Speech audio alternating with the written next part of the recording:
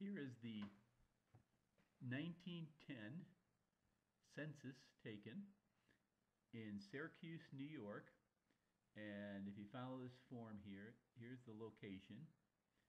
These are all houses right in a row. Here's the name. Here's going to be the relation, which is either head of the household, wife, son, daughter. Here's personal information, which is going to be male, female, things like that. Here is their where they originated from, where they're born, and right here is when they immigrated. This is the language they speak. This is their occupation, and then can't read what that one is.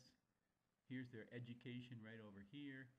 Then finally, we have, do they own a house, and is it free and clear, or is it mortgaged?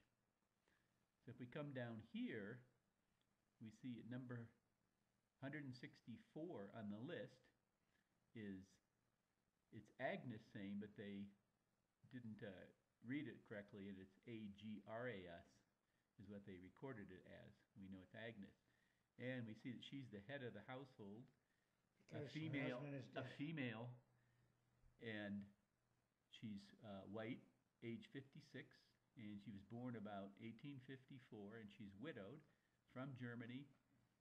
Her father and mother are born in Germany, and here it says she immigrated in 1881, but what we'll see, or what we've already seen from the ship's registry, is that she actually immigrated in 1883.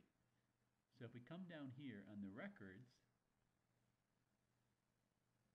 and move over to the record, we're going to see that there's Agnes Same right there as the head of the household, and living with her is her daughter Agnes and son William. Agnes is a female, white, age 56. She's widowed, and there it says she's from Bavaria, Germany, Right. and her parents are actually from Germany, but we know in other records she's actually from Saxony, which is next to Germany. And there's Agnes. She was born in New York, and William, born in New York. Agnes is 20 and William 17. If we scroll over further, Agnes speaks English, and she's actually unemployed, so she's not working, but she owns her home and it's mortgaged at that time. Agnes, the daughter, is, can't read that, something about MODING house it looks like, but the description where she worked was a knitting mill, and she got wages, so she didn't own, none of them owned a business. William, on the other hand, at age 17, was a machinist working in the milling workshop, milling something shop, looks like an M something shop. So we know at this point Ferdinand, Agnes's husband, is already dead, and these are all the neighbors of Agnes and William and Agnes Jr.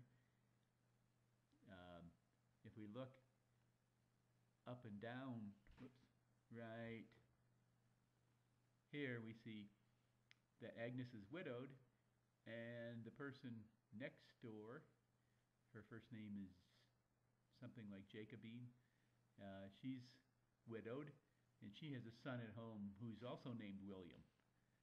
And William next door is 25, and there's another son next door, 25. So on the block, Agnes is the only one that's widowed. If we look, everyone else here is either married or they're single. Actually, here's one other widowed person right here. So next door, she was about the same age as Agnes. Do they say this? Do they tell the street?